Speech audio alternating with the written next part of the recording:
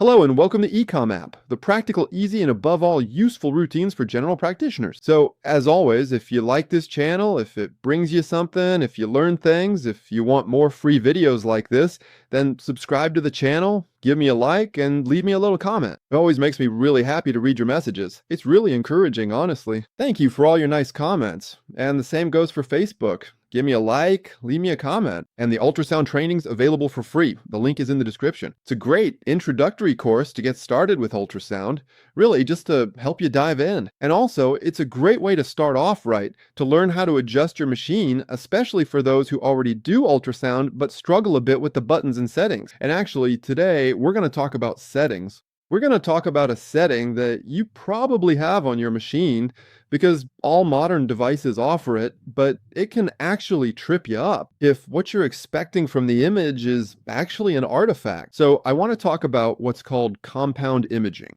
So the clinical case will be actually two clinical cases. We'll see both. One renal case and one pulmonary case, both focused on the same challenge. Compound imaging will alter your image and make it so you can no longer trust what you see because of a setting that's normally supposed to help you. So what is compound imaging? Well, for those who don't know, on the left, we have an image without compound imaging, meaning all the ultrasound beams are parallel and will hit the image, maybe the tumor, let's say, why not here, the tumor, in the same way. So I'm going to play the video a bit. Here's what it looks like when there's no mode.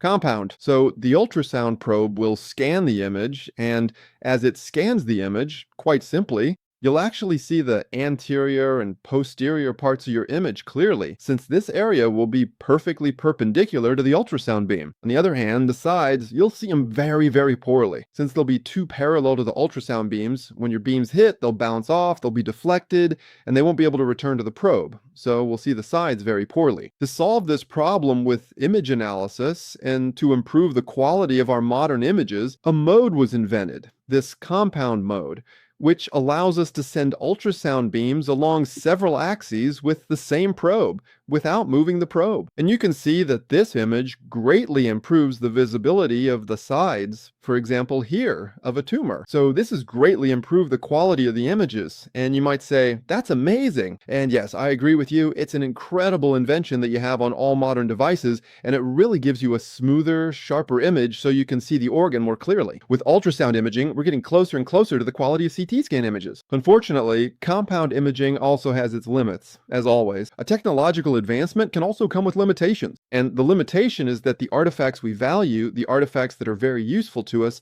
will become invisible if we use compound mode. Here you see an image of one of my patients, a man in his 60s. This is the lower pole of his kidney, and you can see that within the lower pole of his kidney, there's a hyperechoic image that makes us a bit uncertain, because this hyperechoic image could very well be a kidney stone, or it could be a renal sinus. However, it actually isn't followed by shadow cone, yet it's still overall quite large. We could estimate it at about 1 centimeter, and we know that for anything over 3 millimeters, a calcified image should, in principle, produce a shadow cone. And what's really surprising is that there's no shadow cone.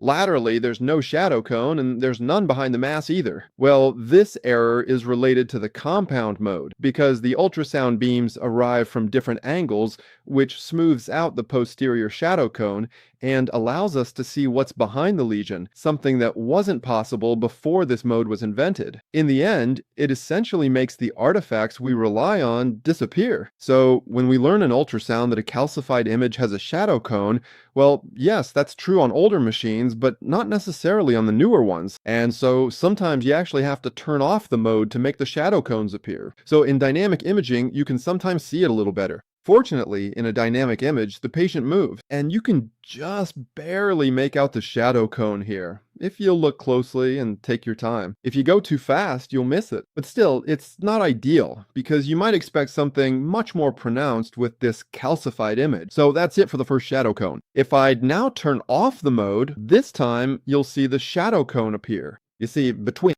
an image with compound activated, this is the image I showed you earlier, and the image with compound deactivated, you can't miss that the posterior and lateral shadow cones will appear.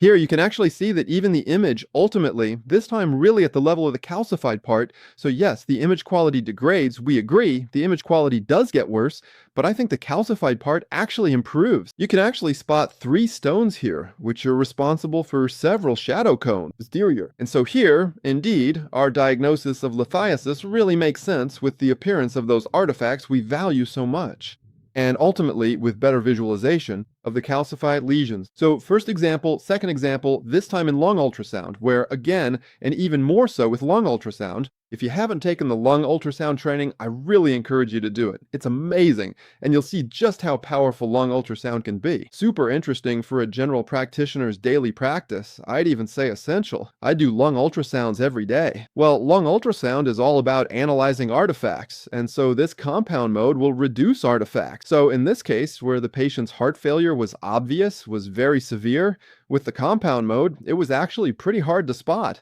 In the end, I find the B lines for a significant heart failure. So you can still see them, but they're blurry. It's hard to make them out clearly. You start to wonder if they really are B lines, or maybe they're actually another artifact called Z lines, which you might not have heard of, which is the differential diagnosis for B lines. You can still see these lines. They kind of look like they're shimmering. It doesn't really seem like they're moving with the pleura, and they're a bit wide, a bit blurry, not like what you see in the textbooks. Well, just by turning off the compound function, that's all. The B lines will then appear on the image much more clearly. Even the pleura itself becomes much sharper. You can really see these lines, just like you read about in the textbooks, like laser beams. These lines reach the edge of the image, they're thin, and they move along with the pleura. This time you can clearly see how they move with breathing.